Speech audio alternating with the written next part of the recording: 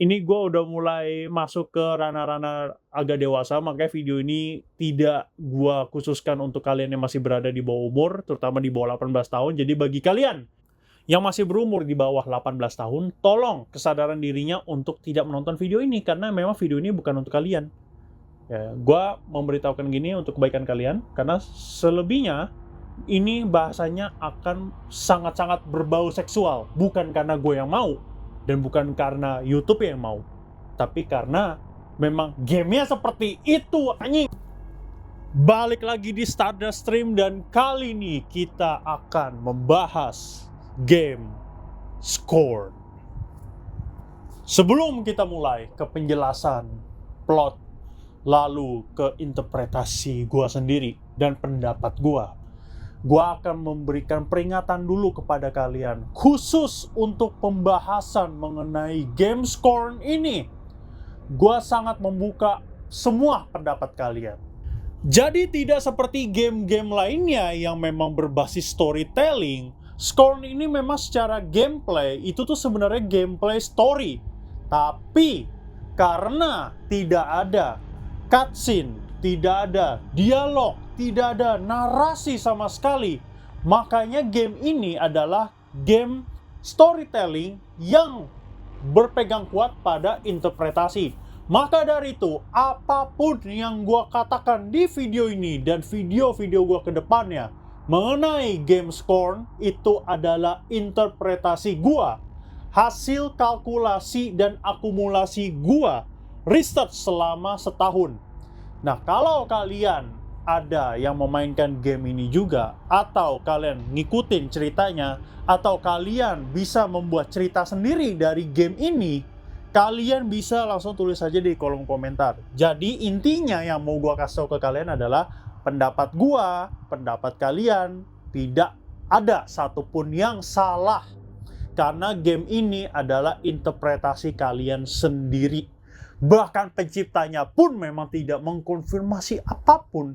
Dia hanya nge-share Deluxe Edition, kasih data book sama artbook, udah. Angkat tangan, jing.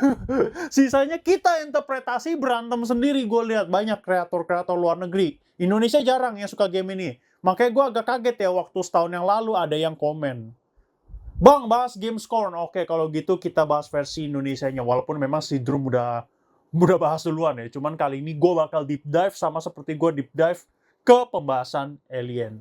Oke? Kalau begitu kita langsung saja masuk ke segmennya.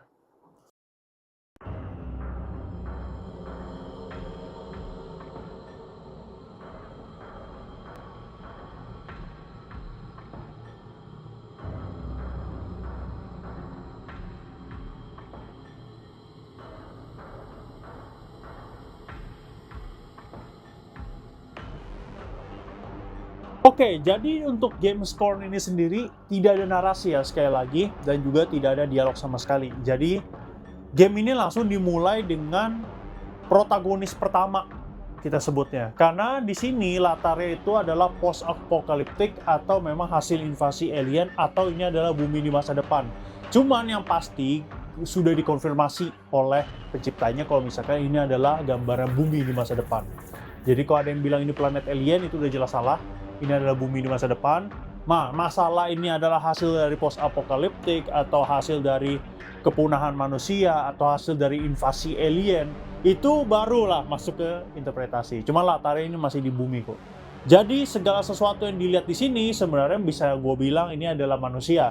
Tapi karena mungkin ya ada unsur aliennya dan banyak unsur-unsur dari HR Giger, maka dari itu gue akan menyebutnya cukup dengan humanoid. Khususnya untuk dua protagonis kita nantinya akan gue sebut sebagai protagonis pertama dan protagonis kedua.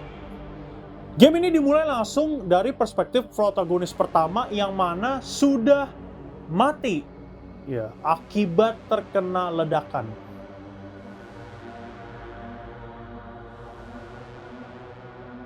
Setelah itu dia mencoba merangkak, entah sudah berapa lama ya dia terkurung di situ. Dia lepas dari jeratan biomasa dan lain sebagainya itu. I don't know, it's like a chemical, tapi ada unsur biologisnya juga. Jadi ini gue lebih miripnya ke biomasa karena basically semua ada di Scorn ini hidup secara tidak langsung. Dia mencoba merangkak dan kita langsung dibawa ke flashback.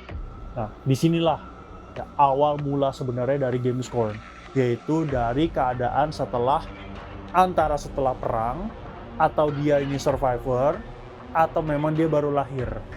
Nah, untuk protagonis pertama, proses kelahirannya memang kurang jelas. Jadi memang langsung diawali dengan dia yang merangkak menuju ke cliff dan dia terjatuh ke bawah. Sampai akhirnya dia berakhir di sebuah factory. It's like a factory, ini kayak markas juga, ini kayak pesawat juga. Jadi penggambarannya memang lebih mirip ke arah Prometheus, tepatnya ke Juggernaut-nya. Jadi lu langsung jatuh ke fasilitas seperti itu. Entah ini laboratorium atau apapun, kita juga kurang tahu. Apakah ini bahkan a part of the system dari bumi yang memang sekarang seperti ini. Sekali lagi, ini adalah game interpretasi, pokoknya dia langsung jatuh ke bawah jurang, yang dimana di bawah situ langsung terbawa ke suatu markas besar, yang memang di dalamnya ada fasilitas yang lengkap. Di situ kita mencoba explore. Si protagonis pertama ini by the way lumayan pinter ya, walaupun memang tidak bisa bicara, tapi lumayan pinter dengan sari oleh intuisi dan juga insting. Ini akan penting nanti di penjelasan berikutnya.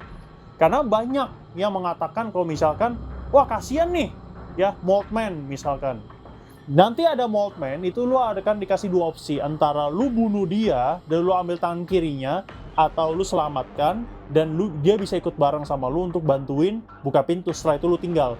Itu akan ada dua pilihan. Nah di sini ya banyak yang akhirnya masih pakai hati nurani.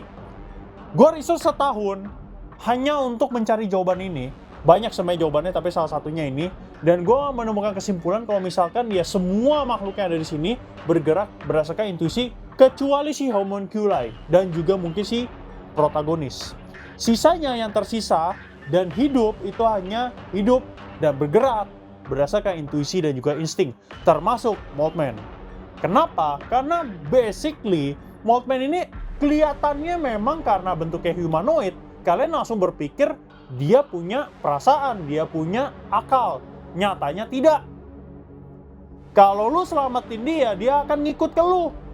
Setelah lu taruh tangannya dan pintu kebuka, udah. Setelah itu udah dia nggak bisa ngapa-ngapain, dia diem dan dia bakal ngikutin lu terus. It's like a dog, kayak anjing gitu loh. Jadi apa, dari mana akalnya? Lu mau apain dia terserah, tapi dia masih bisa ngerasain sakit. Iya, dia ngerasain sakit karena dari apa? Intuisi dia.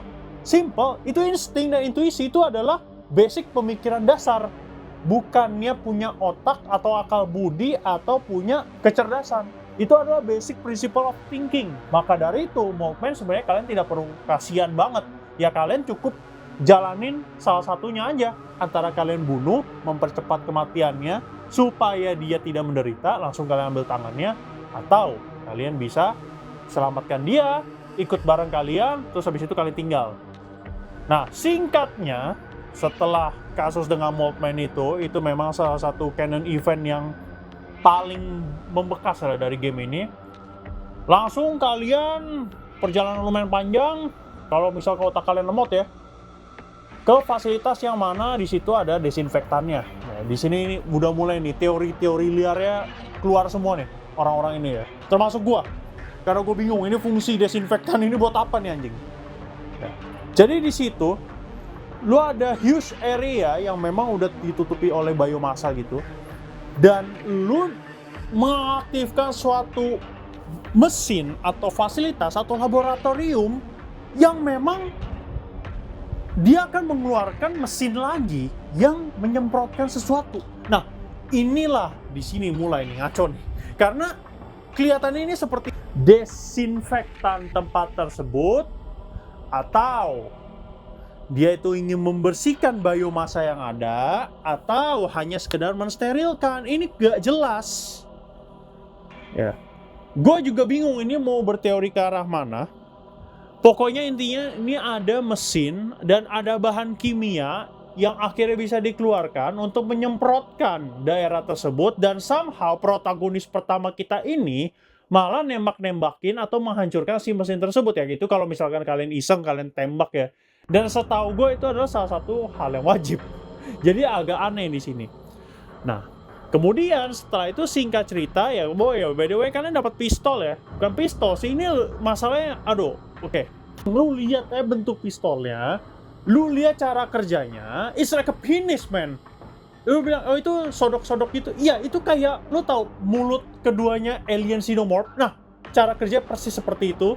Dan kalau kalian lihat bentuknya lebih teliti, lebih jeli, atau kalian lihat dari artbook kayak it's like a penis. Jadi penisnya kayak masuk keluar, nyerang gitu loh, kayak pedang. Iya, nusuk-nusuk lah, ya. Alat ini itu adalah senjata yang bisa kalian dapatkan nanti selama kalian bermain sebagai protagonis pertama. Nah, kalian pakai itu senjata.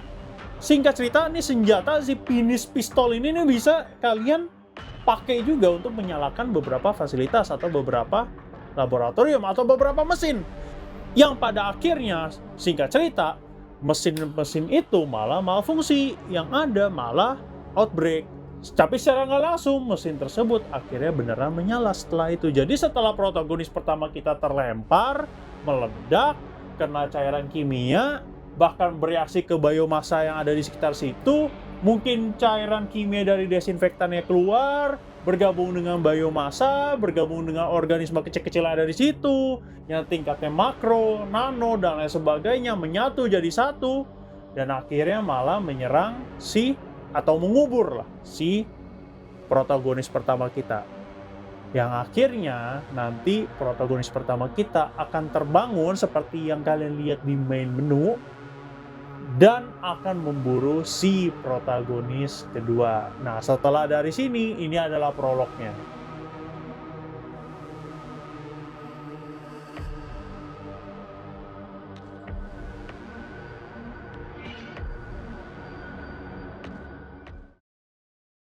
Kalian bakal lanjut ke main gamenya, yaitu mulai dari Genesis Wall.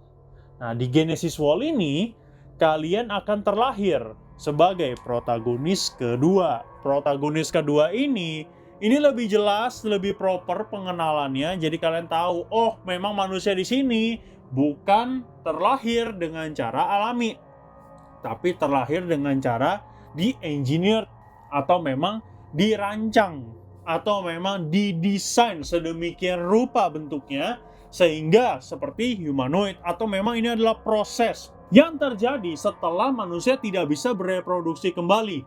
Maka dari itu, di daerah ini, tepatnya di Genesis Wall, memang hal-hal berbau seksual alami itu adalah sesuatu yang sangat diharamkan, dan semuanya yang ada di sini yang dimainkan kalian sebagai protagonis pertama juga, fasilitas laboratorium, mesin kapal perang, pesawat, markas, dan lain sebagainya yang kalian masuki, itu semua adalah reverse dari sexuality yang natural.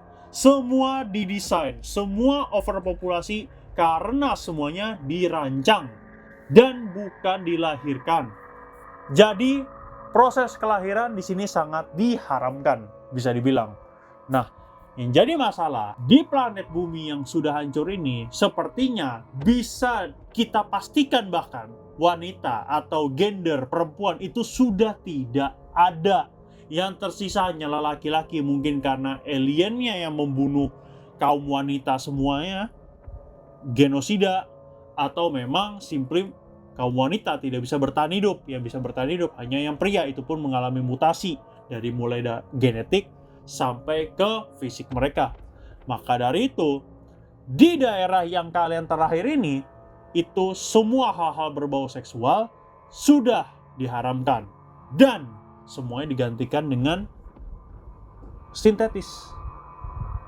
Walaupun memang berbau seperti bioteknologi, tapi bioteknologi ini tidak memperbolehkan adanya seksual. Yang boleh di sini adalah designing. Maka dari itu, kalau kalian perhatikan, banyak sekali mayat yang ada di situ dan seakan-akan tidak ada perasaan atau tidak ada hati nurani sama sekali. Kenapa banyak mayat bisa berserakan di fasilitas ini? Dan kenapa Moltmann tiba-tiba ada di sini? Moltmann itu tidak seharusnya ada, tapi kenapa dia harus ada? Kenapa dia digunakan sebagai selayaknya dalam tanda kutip bahan bakar atau alat?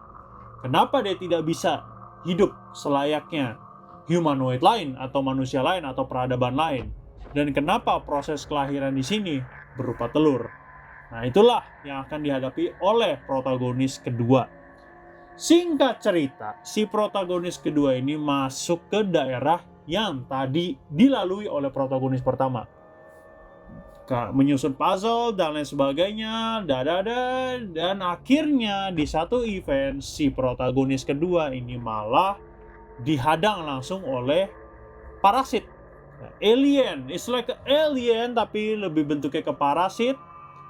Yang ternyata itu adalah protagonis yang pertama yang sudah bermutasi. Jadi kalau kalian lihat di main menu, itu adalah protagonis pertama. Banyak yang masih salah paham nih anjing soal ini. Ini adalah hal paling simple. Ini udah gak perlu interpretasi. Kalian boleh interpretasi ceritanya, kalian boleh interpretasi asal-usulnya. Tapi untuk yang ini sudah dipastikan. Ini gak perlu dialog, gak perlu narasi. Hanya dengan visual sudah cukup. Wujud yang kalian lihat di main menu itu adalah protagonis pertama. Dan orang yang kalian mainkan tadi sebelumnya itu adalah protagonis pertama. Dan kalau kalian sadar di awal banget scene dari game ini itu langsung dikasih lihat perspektif atau point of view dari protagonis pertama yang sudah terbangun dari mutasinya menjadi parasit. Lalu secara ajaib dia mengingat masa lalunya, dan disitulah Gamescorn kita benar-benar dimulai, yaitu bagian prolognya tadi sebagai protagonis pertama. Oke, lanjut. Di sini protagonis pertama atau kita sebutnya parasit aja itu langsung nempel ke protagonis kedua. Nah, protagonis kedua ini somehow karena dia tidak menemukan senjata yang bentuknya kayak penis keluar masuk tadi, dia pakai senjata dari si protagonis pertama yang memang nyangkut sebagai ekor. Dipakailah senjata itu.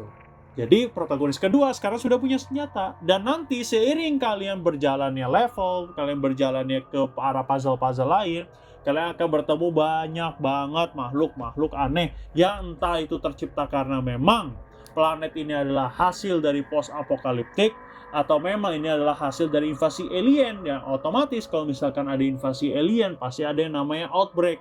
Kalau ada yang namanya outbreak dan berbau alien, ini sudah pasti berbau dengan bioteknologi dan juga bioweapon.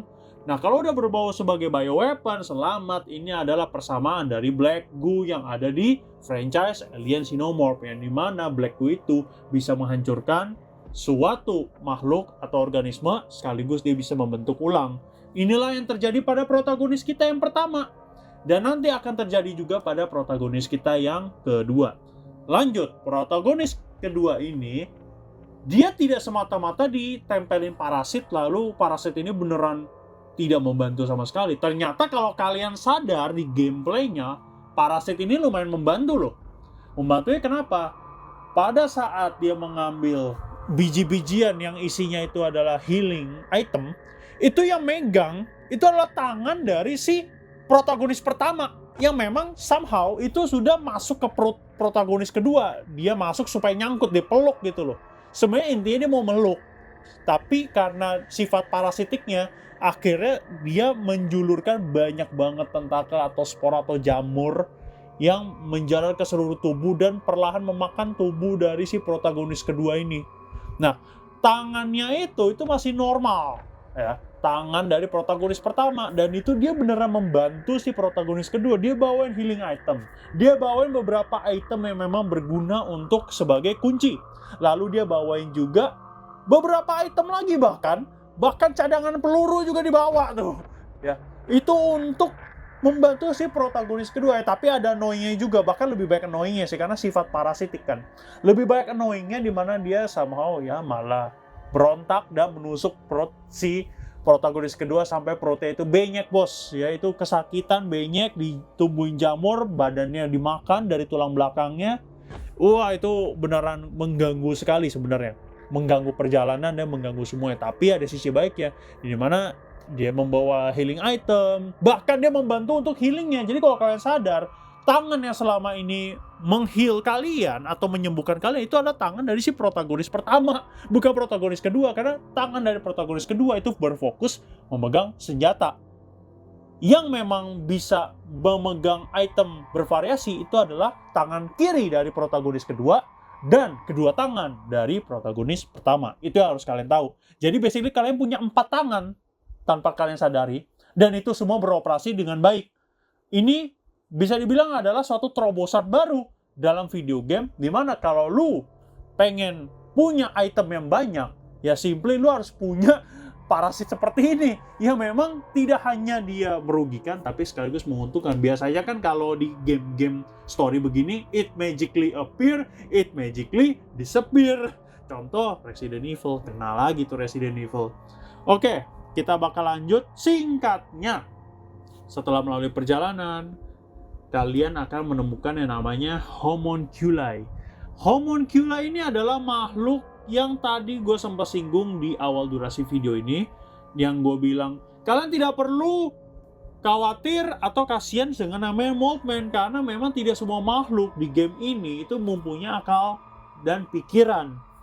Contohnya homunculi ini salah satu yang memang punya akal, karena faktanya homunculi itu adalah salah satu makhluk di game ini ya, di semesta game ini yang paling pintar dan paling cerdas. Cuman karena fisiknya seperti itu, jadi ada beberapa keterbatasan. Contoh dari keterbatasan gerak dan juga dari keterbatasan fisik atau ketahanan fisik.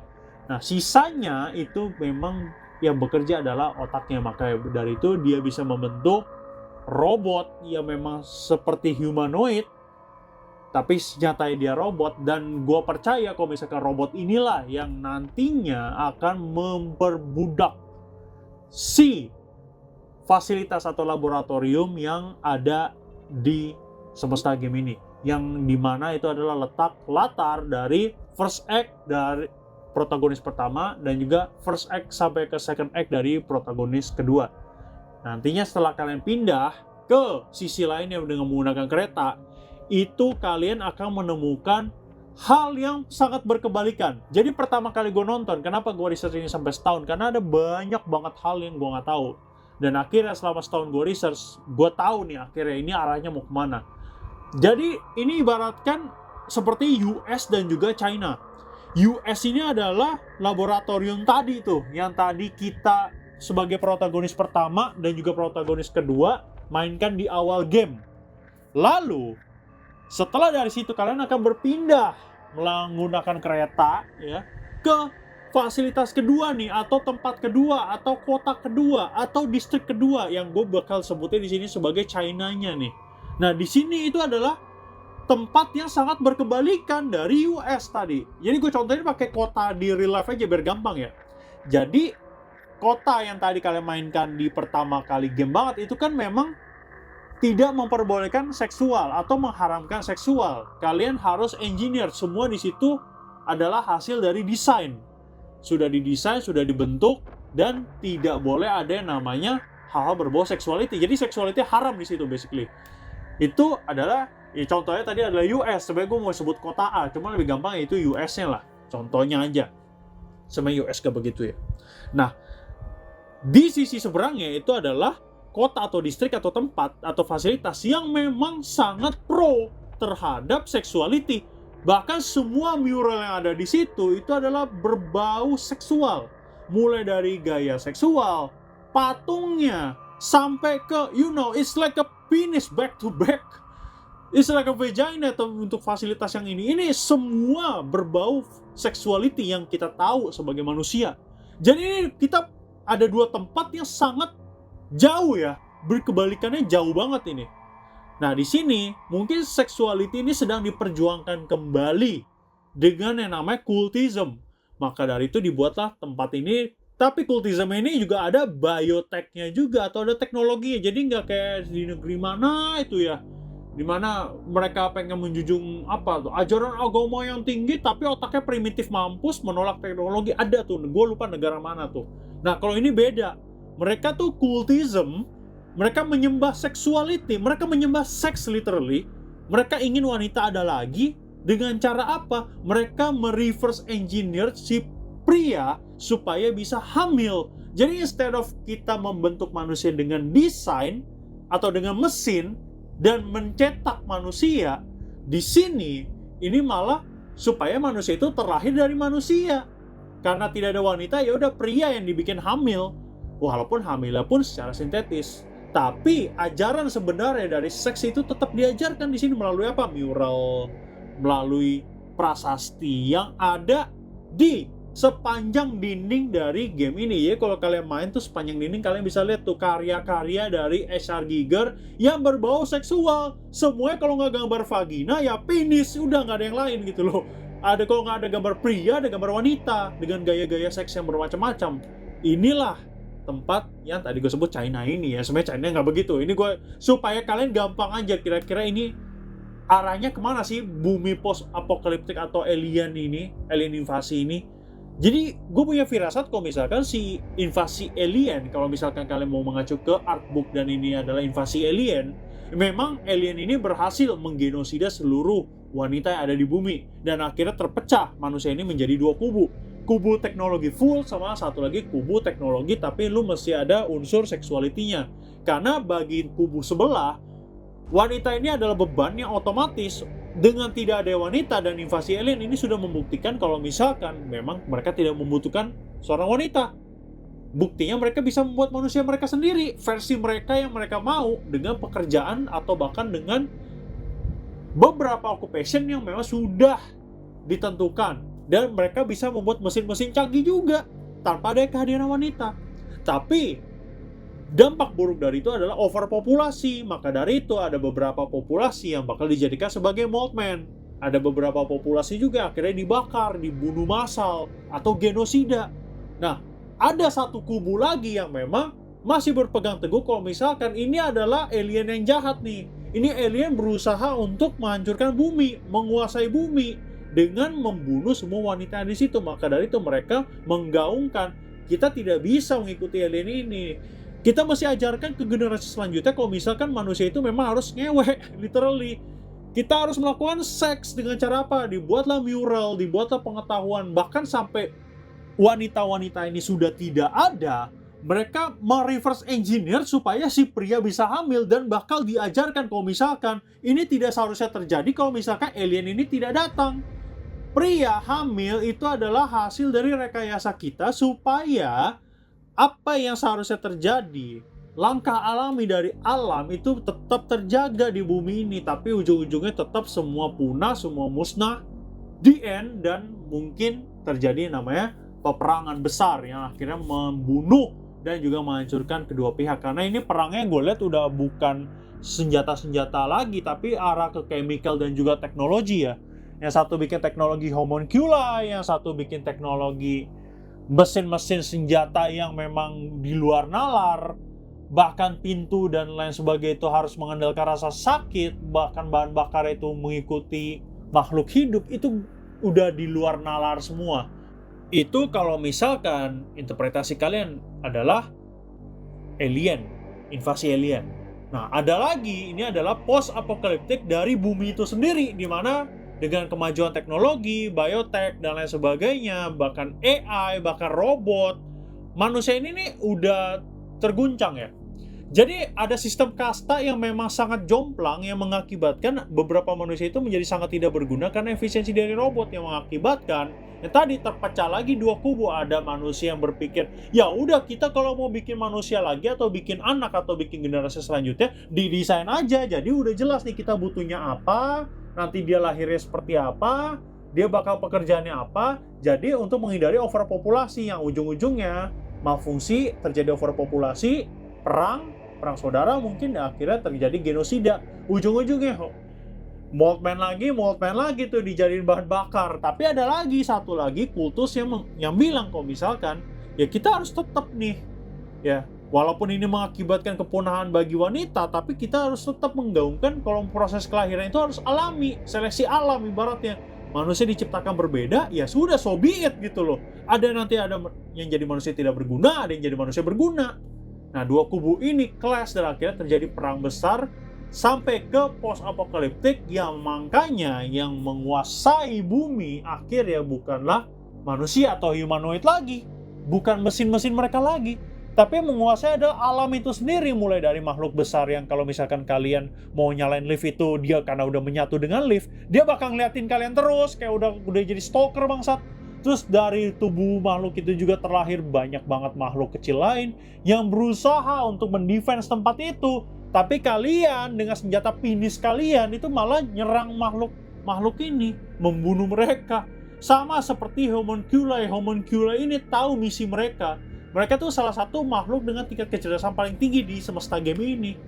Tapi di sini karena dia tahu mungkin homunculi ini kalau kalian itu adalah bangsa invasion atau mungkin bangsa yang terburuk, yaitu adalah manusia atau humanoid atau mungkin dia lihat dari parasitnya juga, dia makanya langsung menyerang kalian kan, atau mungkin itu juga efek dari shock.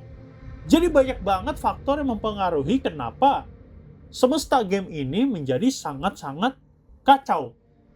Nah, dari sini bisa ditarik kesimpulan bahwasannya si protagonis kedua ini sedang memperjuangkan sesuatu, dan apa yang sedang diperjuangkan oleh protagonis kedua itu adalah utopia. Nah, ada satu lagi interpretasi yang mungkin ini bisa menjadi make sense dan menjadi sangat menarik. Jadi proses yang kalian lihat selama dari protagonis pertama sampai protagonis kedua, perjalanan mereka ini adalah proses sperma yang ingin menjadi bayi. Sayangnya ketika ingin menjadi bayi, ini terjadi namanya twin syndrome. Twin syndrome itu dimana satu sperma atau satu janin itu memakan janin lainnya, itu protagonis pertama dan juga protagonis kedua. Jadi kalau kalian lihat di adegan terakhir ketika ada dua robot humanoid yang dibahan bakar oleh si homunculi itu membawa mayat kalian atau membawa jasad kalian yang sedang dioperasi dan kesadarannya pindah ke dua makhluk humanoid itu kalian sadar kalian akan berjalan ke arah cahaya atau ke arah,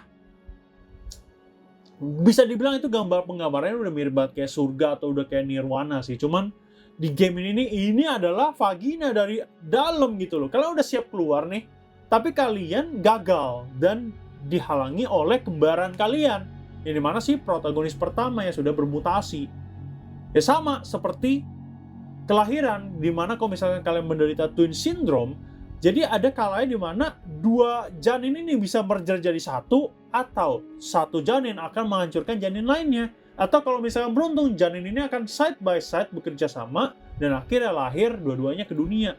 Jadi akan ada 3 pilihan dan juga 3 jalan. Dan kebetulan di game ini hanya ada satu jalan, yaitu kalian gagal dan menyatu. Jadi si protagonis pertama akhirnya nanti membunuh protagonis kedua secara nggak langsung, membunuh mimpinya, membunuh tekadnya. Walaupun memang secara di ending game dua-duanya ini masih hidup ya statusnya, cuman selamanya mereka akan ada di situ dan tidak akan pernah bisa keluar. Itu yang jadi problem di game ini sebenarnya. Kenapa game ini menjadi sangat buruk penilaiannya? Padahal proses development-nya lumayan panjang loh, dari 2016 beta testernya bahkan sampai ke pre-gameplaynya baru rilisnya di 2022 dan akhirnya banyak yang kecewa. Karena apa? Itu masyarakat zaman sekarang, post-COVID, itu tuh demennya disuapin semua. Jadi ketika ada game dengan cerita sedalam ini yang tidak memerlukan narasi, tidak memerlukan dialog, mereka tuh pusing anjing. Otaknya nggak jalan gitu loh. Nggak YouTuber Indonesia, nggak YouTuber luar negeri.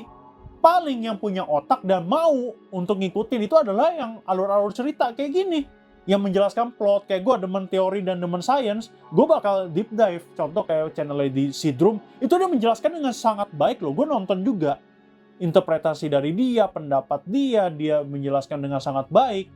Tapi banyak juga isi komentarnya yang malah bilang, ini game gak jelas, ini game jelek, gini-gini. Lo emang gak bisa mikir, bos. Ya yang tadi gue bilang, seperti di gamenya sudah menjelaskan manusia itu dilahirkan berbeda-beda. Nanti di masa depan manusia akan didesain lahirnya itu udah ada meta kode genetiknya masing-masing. Jadi kalau misalkan kalian tidak berguna, meta kode genetik kalian tidak akan dimasukkan karena tidak berguna. Ya contohnya yang cuma bisa komen itu, gak berguna opininya anjing.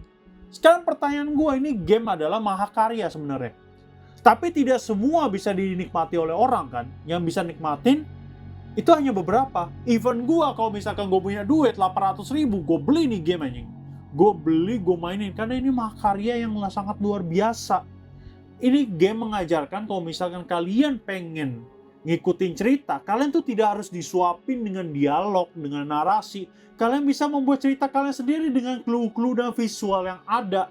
Dan segala tindakan yang dijalani oleh protagonis pertama, protagonis kedua, Moltmann, Homunculi, bahkan sampai 2 humanoid yang membawa kalian ke surga, bahkan tukang bedahnya, bahkan mesin-mesin atau bahkan makhluk yang mantau kalian terus, atau makhluk-makhluk kecilnya, itu bisa ada maknanya masing-masing.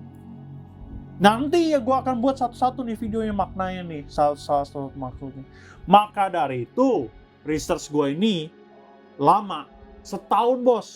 Jadi kalau kalian lihat ada fase di mana gue berhenti upload video. Nah itu untuk research game ini sampai sekarang gue baru paham. Itu pun gue butuh waktu yang lumayan lama. Gue tonton, gue coba lihat yang lain, gue lihat cara main orang, dari yang mainnya bego sampai mainnya bagus. Itu ada referensinya semua, Easter egg-nya, detailnya. Bahkan dari Parasitnya pun gue bisa bikin 5 video full, sama seperti gue membahas si Offspring dari franchise Alien, ini mana itu adalah salah satu makhluk yang menarik menurut gue, bioweapon yang menarik. Tapi di sini gue bisa menjelaskan banyak hanya dari Parasitnya. Jadi konsep Parasit di sini ini memang sangat-sangat menarik, sangat-sangat perlu untuk di deep dive lagi, karena tidak semudah atau tidak sesimpel yang kalian pikirkan.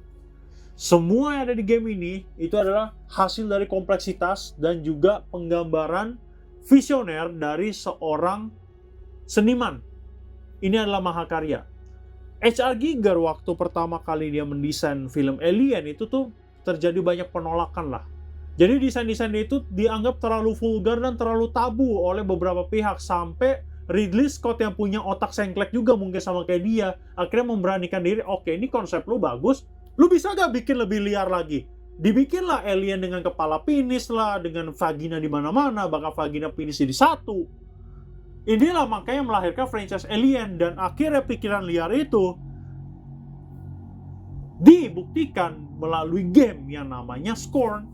Ini adalah game di mana post-apokaliptik itu tidak akan seperti yang kalian pikirkan. Kalian sudah pernah menjalani Perang Dunia Pertama dan Perang Dunia Kedua. Itu ada post-apokaliptiknya, ada. Post-traumatiknya juga ada. Tapi nanti di masa depan, ketika terjadi perang lagi, post-apokaliptik ya kira-kira akan digambarkan melalui game ini, game Scorn ini. Tidak akan ada yang namanya overpopulasi atau yang namanya generasi baby boomer karena banyak banget kelahiran bayi seperti di tahun-tahun dulu. Nantinya semua akan berbasis mesin dan juga sintetis, yang otomatis kehadiran kalian itu tidak akan berguna. Lu yang gembel-gembel, yang miskin-miskin, yang bego-bego, lu mau bikin anak itu tuh nggak akan bisa. Karena pada dasarnya semua akan dihitung berdasarkan meta kode genetik dari kalian sendiri. Inilah penggambaran masa depan yang memang akan sulit untuk diterima. Maka dari itu nih game kagak laku bos. Walaupun memang akhirnya reviewnya mixed feeling ya. Dari buruk ke mixed feeling nih. Mungkin sekarang udah mengarah ke bagus karena udah banyak nih pelaku-pelaku seni yang nyadar misalkan game ini bagus banget. Jadi kalian bisa berkreasi dengan menciptakan interpretasi kalian sendiri dengan visual yang ada, dengan teori yang ada di game ini. Kalian mau kasihan sama Moltmann pun juga sebenarnya nggak masalah. Walaupun tadi gue udah bilang Moltmann ini nggak perlu dikasihani karena basically ini adalah anjing dengan bentuk humanoid. Kira-kira seperti itu untuk penjelasan plot dan juga interpretasi gue dan juga pendapat pribadi gue mengenai game Scorn ini secara keseluruhan. Next ya, gue bakal langsung deep dive ke masing-masing karakternya, termasuk dari protagonis pertama, protagonis kedua. Itu akan kembali gue bahas lebih detail. Kira-kira kenapa manusia bentuknya seperti ini? Dan kenapa protagonis kedua ini kontolnya itu diisep-isep gitu loh. Untuk membedah dirinya sendiri itu masih diisep-isep gitu loh. Gue gak ngerti kenapa masih seperti itu sih konsepnya. Nanti kita akan bahas di video selanjutnya. Oke? Kalau begitu segini dulu. And see you guys on the next video. On the next Scorn video.